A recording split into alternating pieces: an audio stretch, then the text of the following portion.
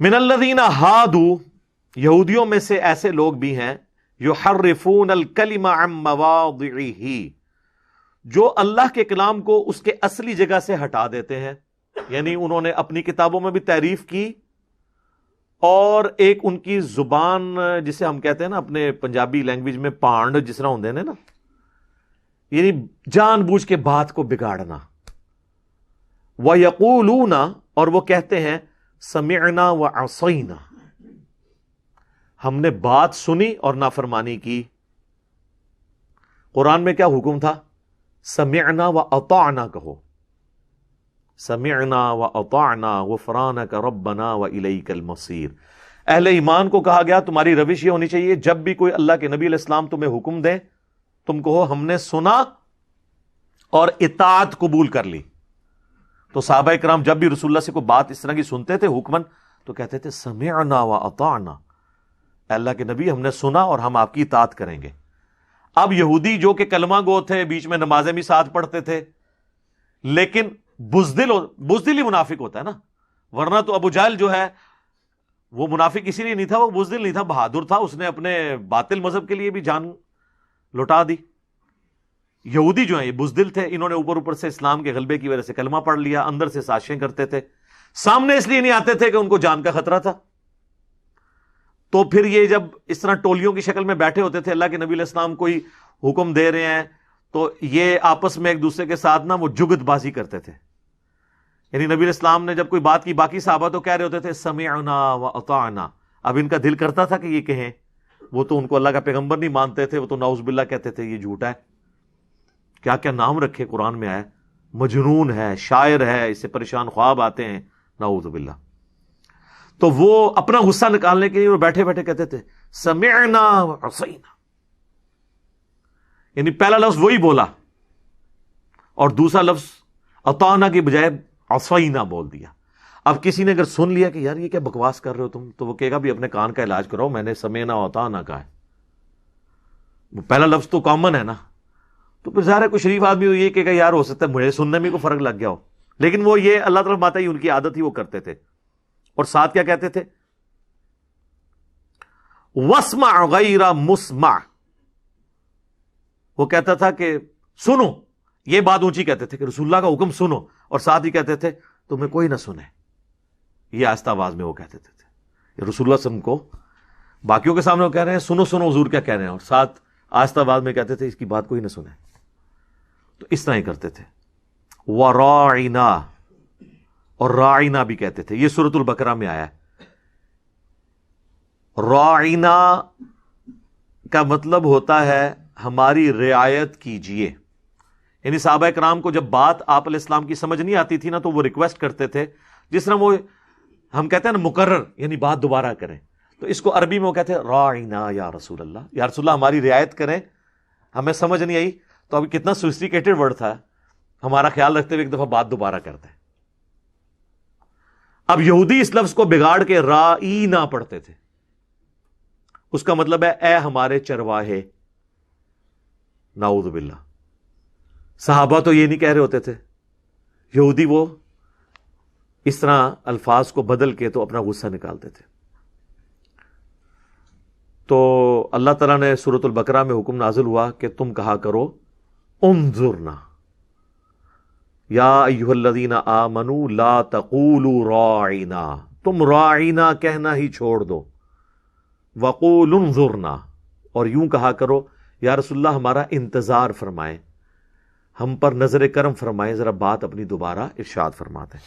اچھا، اب point note کرنے کا یہ ہے کہ صحابہ تو اس لفظ کو بگاڑتے بھی نہیں تھے، لیکن پھر بھی اللہ تعالیٰ نے منع کر دیا کہ آپ نبی علیہ السلام کو اس طرح مخاطب نہ کریں، وہ تو کر رہے ہیں، ان کا تو بکواس کوئی روک نہیں سکتا نا، لیکن آپ نبی علیہ السلام کو جب آپ بلا رہے ہو نا تو آپ لوگ یہ نہ کہا کریں، آپ کہہ دیا کریں انظرنا یا رسول اللہ۔ اور اس کا کلائمیکس سورہ الحجرات میں چل کے آئے گا، وہاں پہ تو اللہ تعالیٰ نے فرمایا لا ترفعوا اصواتکم فوق صوت النبی، اپنی آواز کو بھی رسول اللہ کی آواز سے تم نے بلند نہیں کرنا، ورنہ تمہارے اعمال برباد کر دیے جائیں گے اور تمہیں خبر بھی نہیں ہوگی، یعنی توبہ کی توفیق بھی نہیں ملے گی۔ خبر ہو جائے تو بندہ توبہ کر لیتا ہے. اور یہ آیت حضرت ابو بکر عمر کے بارے میں نازل ہوئی. صحیح بخاری میں اس کا شان نزول موجود ہے کہ ایک دفعہ نبی الاسلام کی خدمت میں ایک نیو مسلم قافلہ آیا, ایک قبیلہ آیا, تو نبی الاسلام کی مبارک عادت تھی کہ ان میں سے کسی ایک کو نا ان کا امیر مقرر کرتے تھے تاکہ مستقبل میں جب کبھی بھی کمیونیکیشن کرنی ہو تو صرف امیر کو بتایا جائے, وہ اپنے قبیلے کو بتا دے گا. ظاہر قبائلی سسٹم تھا.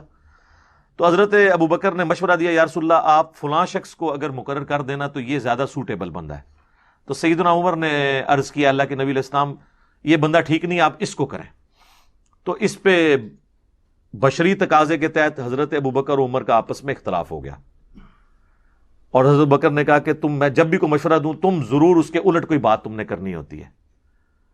تو اب یہ وہ آپس میں باتیں کر رہے ہیں نبی الاسلام کی موجودگی میں, حضور سے کوئی بدتمیزی نہیں کی, آپ سے کوئی زبان درازی نہیں کی, لیکن اللہ نے اس چیز کو اتنا ناپسند کیا کہ یہ آیات نازل کر دی, لا ترفعوا اصواتکم فوق صوت النبی, اے ایمان والو اپنی آواز کو نبی کی آواز سے بلند نہ کرنا, آپس میں نہیں بلند کرنی. جہاں حضور بیٹھے ہو نا وہاں تم نے اونچی آواز بھی نہیں کرنی, ورنہ تمہارے اعمال بھی برباد ہو جائیں گے اور تمہیں خبر بھی نہیں ہوگی. اور یہ حدیث جب بخاری میں آتی ہے نا, اس حدیث کا راوی ہے عبداللہ ابن ابی ملیکہ تابعی, جو کہ عبداللہ ابن زبیر صحابی سے روایت کرتے ہیں, اور وہ کہتے ہیں کہ اللہ کی قسم قریب تھا کہ اس مخلوق کے دو بہترین فرد برباد ہو جاتے جب انہوں نے انجانے میں رسول اللہ کی خدمت میں اپنی آوازیں بلند کر دی.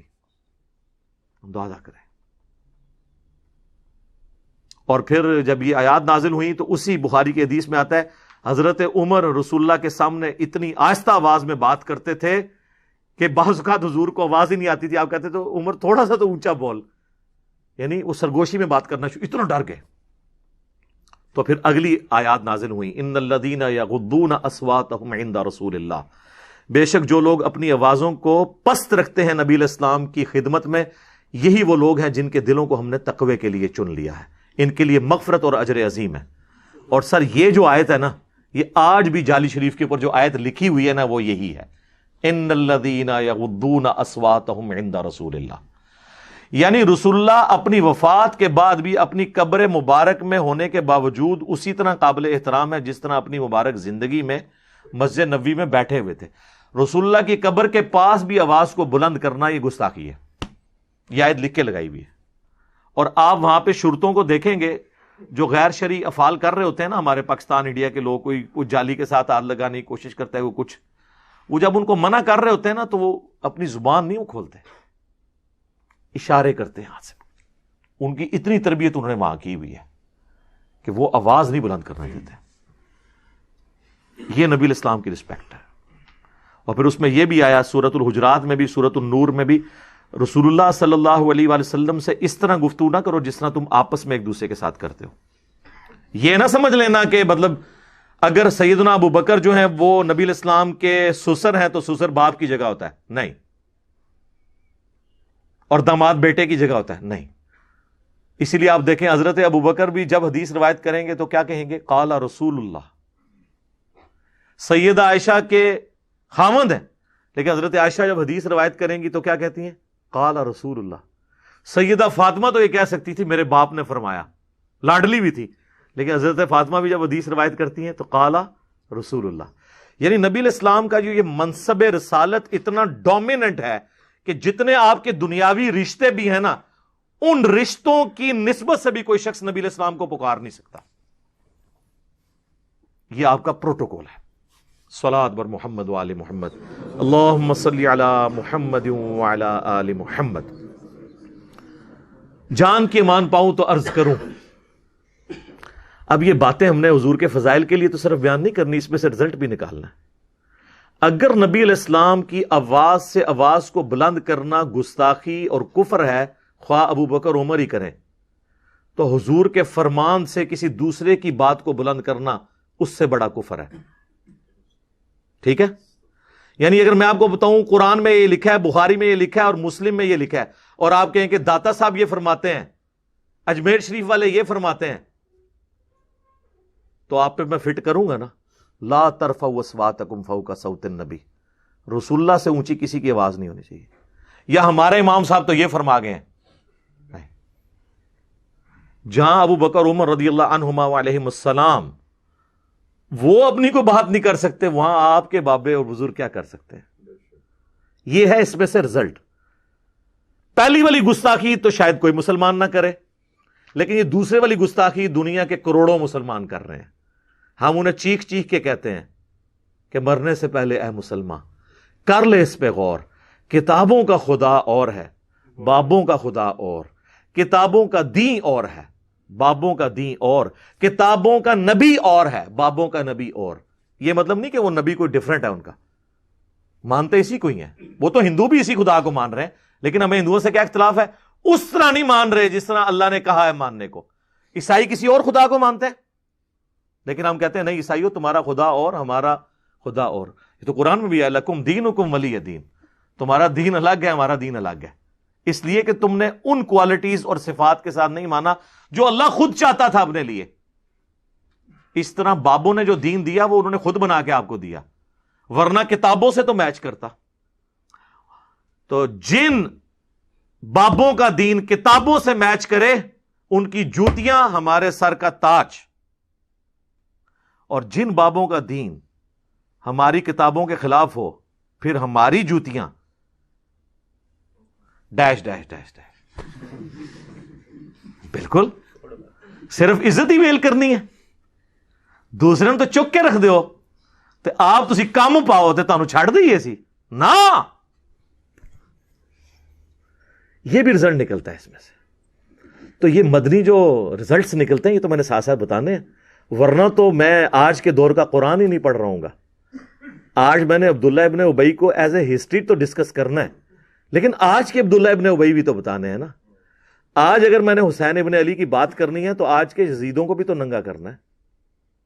ہمیں تو ان یزیدوں سے خطرہ ہے نا جو آج ہم پہ مسلط ہیں، ٹھیک ہے۔ تو یہ اللہ تعالیٰ نے فرمایا کہ ان کی یہ عادت تھی، وَرَاعِنَا لَيَّمْ بِأَلْسِنَتِهِمْ، اپنی زبانوں کو مروڑ کے رائنا کہتے ہیں، وَطَعْنًا فِي الدِّينِ، اور دین میں تانا زنی کرتے ہیں۔ یہ یہودیوں کی عادت تھی۔